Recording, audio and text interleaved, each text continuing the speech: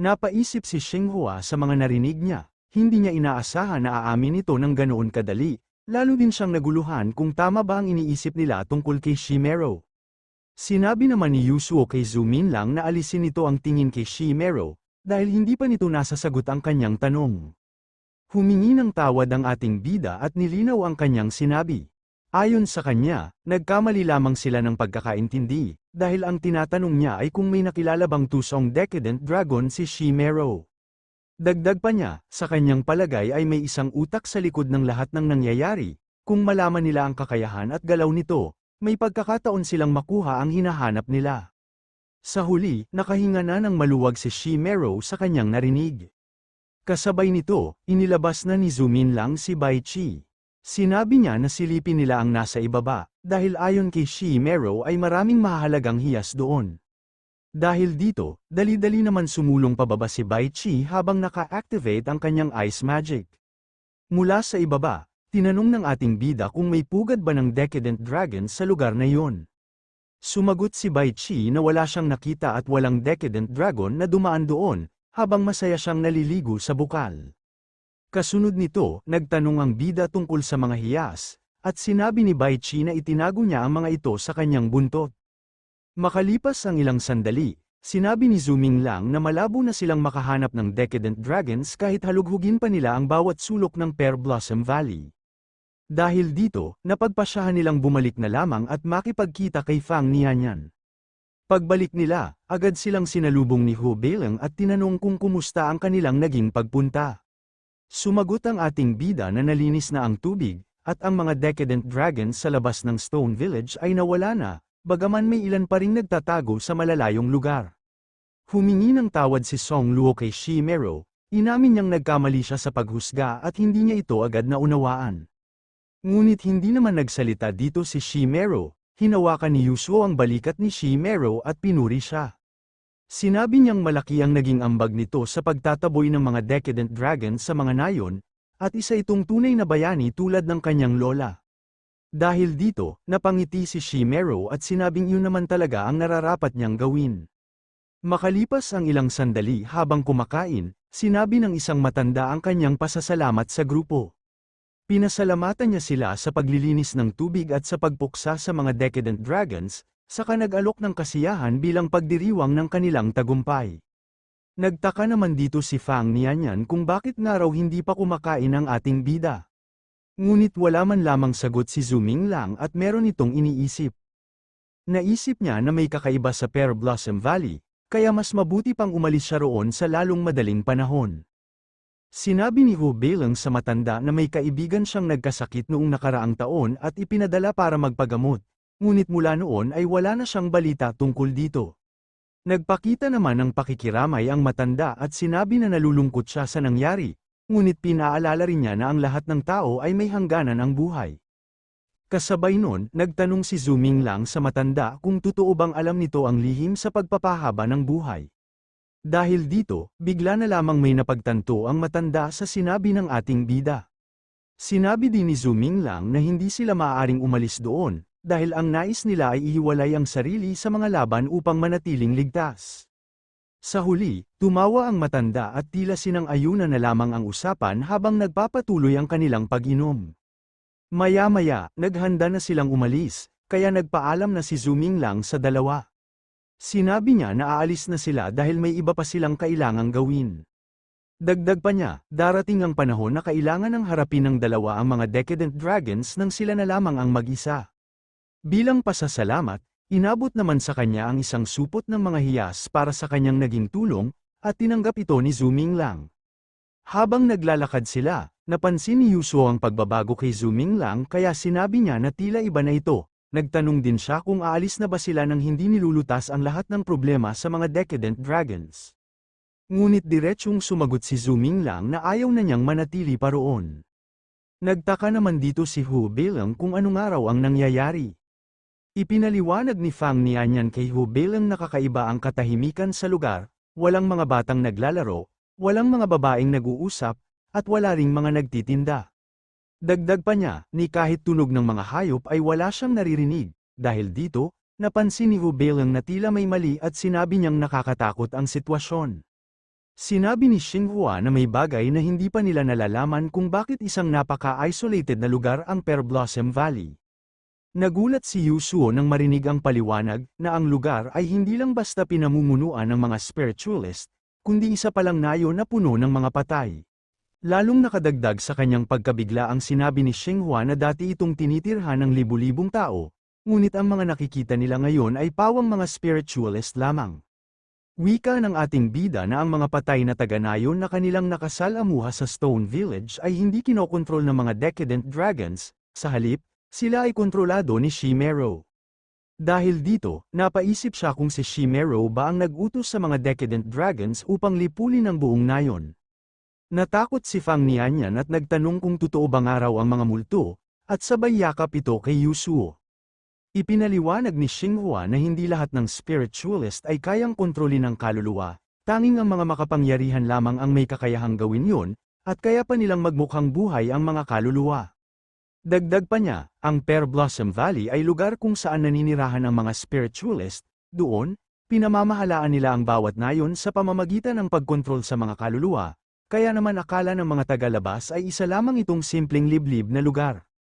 Dahil dito, kinabahan din si Hu Beileng at pabirong sinabi na baka ang babaeng lagi niyang kasama ay isa ring spiritualist, o baka isa na itong patay, ngunit alam din ni Yusuo, sila ay isang decadent dragon. Dahil sa mga nalaman nila, sabay-sabay nang nagtanong ang lahat, halatang naguguluhan at nabibigla sa katotohanan. Doon ay ipinahayag na ang mga dragon ay nasa ilalim ng kanilang kontrol, at para sa kanila, ang mga ito ay parang mga alagang hayop lamang. Ngunit sa hindi inaasaang pangyayari, bigla na lamang dumating si Song Luo, habang kasama nito ang mga isang decadent dragon.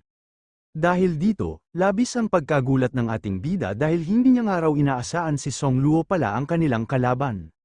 Nagsalita din ng matanda na isa ring kalaban nila, ayon sa kanya, mas nais nilang tawagin bilang mga Diyos ng kamatayan kaysa sa simpleng mga spiritualist.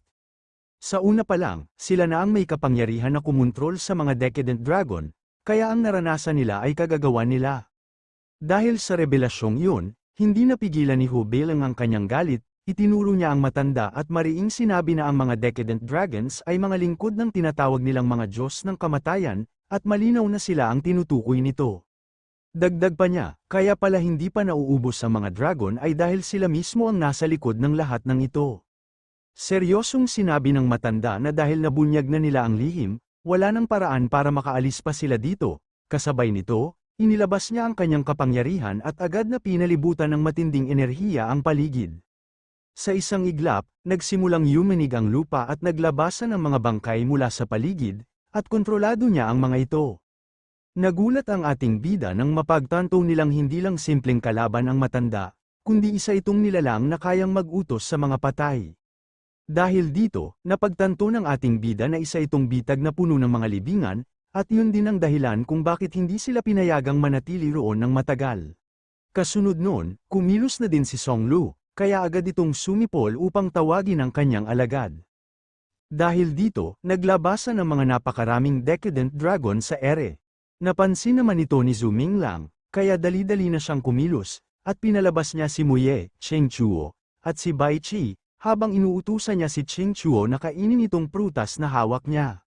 Pagkatapos niya itong kinain, nag-activate na ang kanyang Purple Lightning.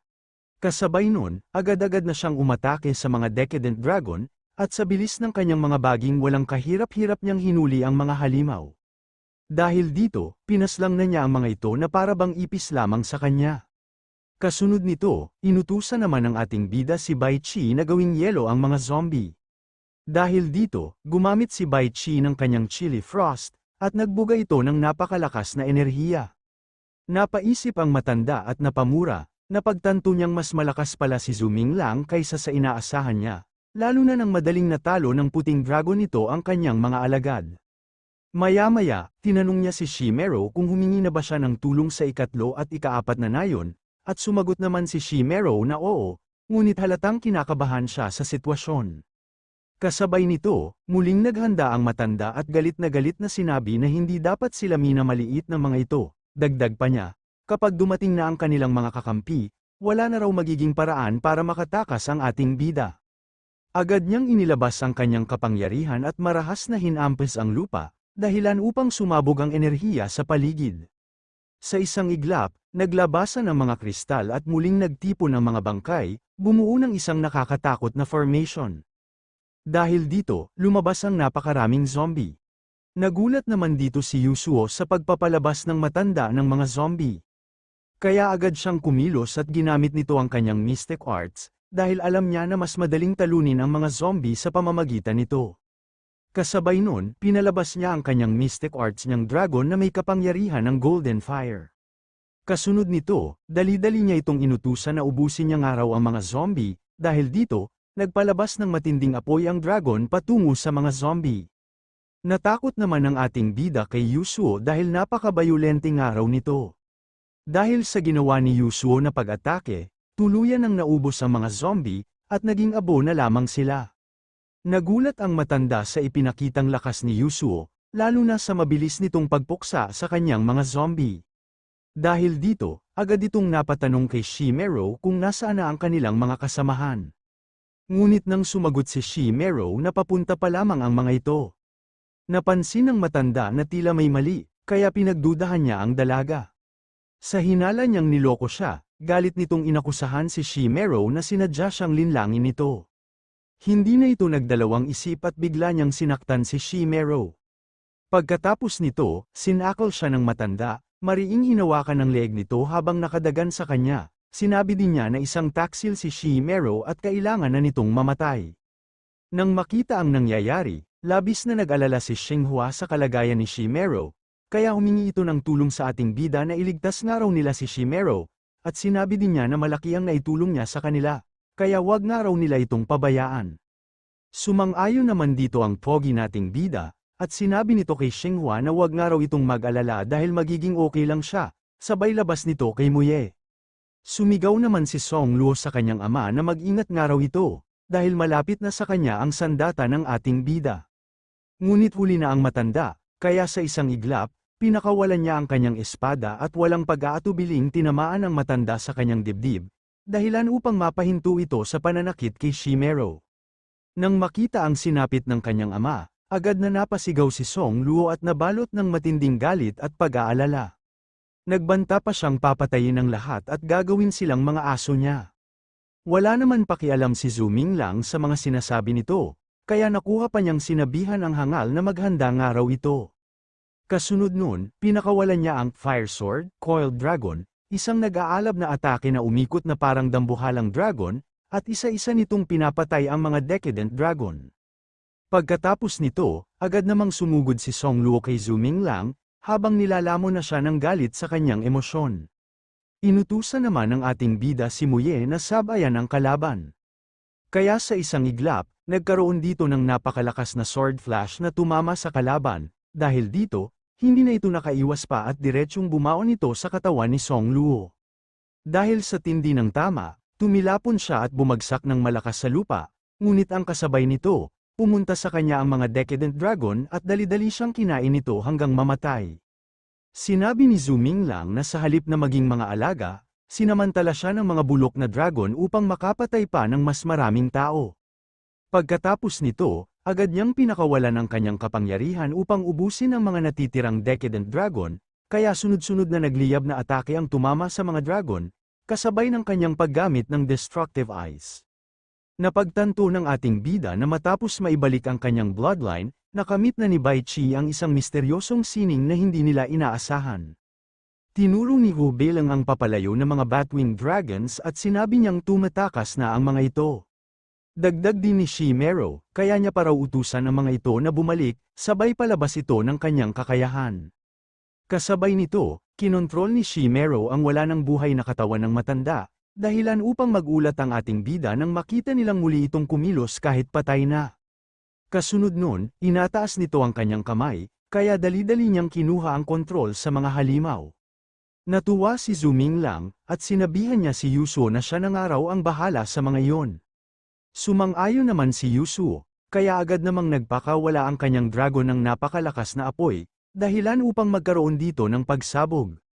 Nagtanong si Zhu Minglang kay Shimero kung ang mga Decadent Dragons ba ay pinalaki ng kanilang angkan. Sumagot si Shimero na hindi, at ang tanging ginagawa lamang nila noon ay ang pag-aaral kung paano maging isang spiritualist. Dagdag pa niya, may ilang spiritualist na kayang makipag-ugnayan sa mga decadent dragons, ngunit ang mga ito ay bigla na lamang lumitaw. Ipinaliwanag pa ni Shimero na ang pamilya Song ay simpleng tagabantay lamang ng kanilang nayon, at may mas bihasa pang mga spiritualist kaysa sa kanila. Pinayuhan pa niya si Zuming Lang na umalis na agad bago pa siya balikan ng mga ito. Nang tanungin siya kung ano ang gagawin niya, mahina niyang sagot, hindi niya alam. Iminungkahi ni Xinghua na maaari nilang isama si Shimero, dahil tila hindi na nito kayang manatili pa sa lugar na iyon. Agad naman itong sinang-ayunan ni Zuming Lang at napagdesisyonan nilang umalis na. Kinaumagahan, nagtanong si Hu Beilang kung bakit wala siyang napansin na kakaiba noon, at ipinaliwanag ni Shimero na ang Pear Blossom Valley ay dati raw isang mapayapang lugar na puno ng yaman para sa mga spiritualist. Ngunit isang araw, nagbago ang lahat ng ang mga bangkay ay hindi na inilibing ng maayos at sa halip ay ibinigay sa mga spiritualist, na para bang buhay pa ang mga ito. Dagdag pa niya, pinatay ang kanyang lola dahil tumutol ito sa kanilang ginagawa, sinubukan niyang umalis, ngunit pinigilan siya ng mga nakatatanda at ikinulong sa Stone Village upang hindi niya maibunyag ang kanilang lihim. Nagtanong din si Zuming Lang kung ang paghingi ba ng tulong ng mga ito ay isa ring patibong. Sumagot si Shimero na tama yun, bilang mga tagapagbantay ng unang nayon, sadyang humihingi ng tulong ang angka ng Song upang makakuha ng mas maraming tao na ipapakain sa mga decadent dragons. Dagdag pa niya, bago pa man dumating ang grupo, marami nang namatay. Sinubukan pa niyang pigilan ang mga ito sa pamamagitan ng paggabay sa mga kaluluwa, ngunit nakapasok pa rin sila sa nayon. Simula noon, palaging binabantayan siya ni Song Luo kaya natakot na rin siyang magsabi ng totoo. Dahil dito, napagtanto ni Zuming Lang ang lahat at sinabi niyang hindi niya inaasahan na ganoon kalupit si Song Luo at ang ama nito. Pagdating nila sa Rain City, namangha si Shimero sa paligid at napansin kung gaano kasigla ang lugar kumpara sa kanilang nayon. Sinabi ni Xinghua kay Shimero na maaaring hanapin siya ng kanyang mga kaangkan kahit wala silang makitang bangkay, kaya mas mabuting gumamit siya ng bagong pangalan. Agad naman itong sinang-ayunan ni Shimero at pumayag sa ideya. Nagtanong si Xinghua kung gusto niya ang pangalan na Jiru. Masaya namang sumagot si Shimero at sinabi niyang gusto niya ang ibinigay na pangalan, at nagpasalamat siya kay Miss Lee. Sinabi pa ni Xinghua kay Shimero na huwag na itong magsinungaling pa. Pinapatawad nila siya dahil bata pa siya. Pero niloko niya ang lahat, maliban sa kanya. Sumagot naman si Shimero at nangakong hindi na siya magsisinungaling. Sa Lord of Mansion, labis na natuwa ang ating bida habang hawak ang tambak na ginto. Pakiramdam niya, isa na siyang tunay na mayaman matapos makuha ang 700,000 golden grits mula sa pamilyang Di. Kasabay nun, pumasok si Fang Nianyan at agad nitong sinita ang ating bida na huwag maging masyadong mayabang. Sinabi pa niya na mauubusan na naman ng pagkain ang kanyang mga dragon. Nagulat ang ating bida sa sinabi nito at napatanong kung nauubos na naman ang pagkain ng mga alaga niya. Ipinaliwanag naman ni Fang Nianyan na maaaring manghuli si Hao Ye ng mga demonic beasts para kay Haya, ngunit kailangan pa rin nilang gumastos para sa iba.